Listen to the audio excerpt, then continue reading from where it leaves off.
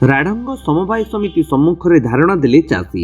ଜଗତସିଂହପୁର ଜିଲ୍ଲା ଅଧୀନସ୍ଥ ରଘୁନାଥପୁର ବ୍ଲକ ଅନ୍ତର୍ଗତ ରାଢଙ୍ଗ ସମବାୟ ସମିତି କାର୍ଯ୍ୟାଳୟ ସମ୍ମୁଖରେ ନବନିର୍ମାଣ କୃଷକ ସଂଗଠନ ରାଜ୍ୟ କାର୍ଯ୍ୟକାରିଣୀ ସଦସ୍ୟ ଦେବୀପ୍ରସାଦ ମହାରଣାଙ୍କ ନେତୃତ୍ୱରେ ରାଢଙ୍ଗ, ଇଚ୍ଛାପୁର, ପୂଜା, କଳିଙ୍ଗା ଗାଁର ଶତାଧିକ ଚାଷୀମାନେ ମିଲର ଓ ସମ୍ପାଦକଙ୍କ ଚାଷୀ ଶୋଷଣ ନୀତି ବିରୋଧରେ ସକାଳ 9 ଘଟିକା ଠାରୁ ଧାରଣାରେ ବସିଥିଲେ। ସରକାର ଏବଂ ସରକାରୀ ଅଧିକାରୀ, କର୍ମଚାରୀ, ମିଲର ଓ ସମ୍ପାଦକଙ୍କ ଚାଷୀ ଶୋଷଣ ମାନସିକତା ବିରୋଧରେ ପ୍ରବଳ ଅସନ୍ତୋଷ ଧାରଣାରେ ଥିବା ଚାଷୀମାନଙ୍କ ମଧ୍ୟରେ ସ୍ପଷ୍ଟ ପରିଲକ୍ଷିତ ହେଉଥିଲା। ମୁଖ୍ୟ ପ୍ରସଙ୍ଗ ଥିଲା ଯେ ମିଲରମାନେ ଧାନ ଅମଳ ସମୟରେ ଚାଷୀମାନଙ୍କୁ ଅଖା ନ ଦେଇ ବର୍ତ୍ତମାନ କାହିଁକି ବାଧ୍ୟ କରୁଛନ୍ତି ଚାଷୀମାନେ ଝୋଟ ଅଖାରେ ଧାନ ଦେବା ପାଇଁ। ବର୍ତ୍ତମାନ ଜରି ବସ୍ତାରୁ ଧାନ ବାହାର କରି ଝୋଟ ଅଖାରେ ଧାନ ଭର୍ତ୍ତି କରିବା ପାଇଁ ଅତିରିକ୍ତ ଶ୍ରମ ଏବଂ ଅର୍ଥ ଖର୍ଚ୍ଚ କରିବାକୁ ପଡ଼ିବ, ଯାହା ଗରିବ ଚାଷୀଙ୍କ ଉପରେ ଅତିରିକ୍ତ ବୋଝ ହେବ। ଚାଷୀଙ୍କ ଭଲ ଧାନରୁ 4 କେଜି ଧାନ କାଟିବା, ଚାଷୀଠାରୁ ବସ୍ତା ପ୍ରତି 10 ରୁ 20 ଟଙ୍କା ଓଜନ କରାଇବା ବାବଦରେ ଏବଂ ଟ୍ରକରେ ଭରିବା ବାବଦରେ ଆଦାୟ କରିବା, ଚାଷୀର ଗ୍ରାମ ଓଜନକୁ ମିଲର ଚୋରେଇ ନେବା, ବିଗତ ବର୍ଷ ମାନଙ୍କର ଚାଷୀମାନଙ୍କ ପାଇଁ ସରକାର ସ୍ତରରୁ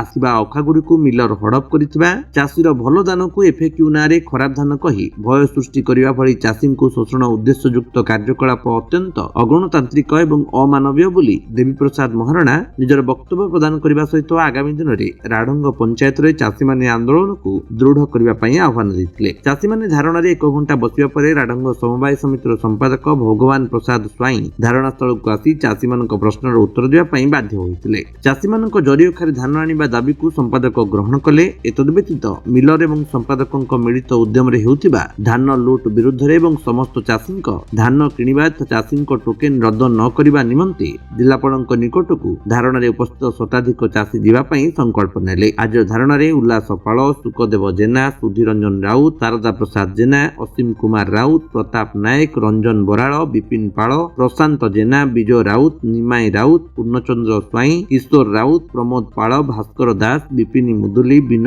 କୁମାର ବିଶ୍ୱାଳ, କୃଷ୍ଣଚନ୍ଦ୍ର ପାଳ, ଗଣେଶ ପାଳ, ସୁଜିନା ସ୍ୱାଇଁ, ଅକ୍ଷୟ କୁମାର ଜେନା, ବିକ୍ରମ ପ୍ରସାଦ ରାଉତ, ସନ୍ୟାସୀ ସାମଲ, ନାରାୟଣ ସ୍ୱାଇଁ, ଦେବାନନ୍ଦ ରାଉତ, ମାଗୁଣୀ ରାଉତ ପ୍ରଭୃତି ଚାଷୀମାନେ ଉପସ୍ଥିତ ରହିଥିଲେ।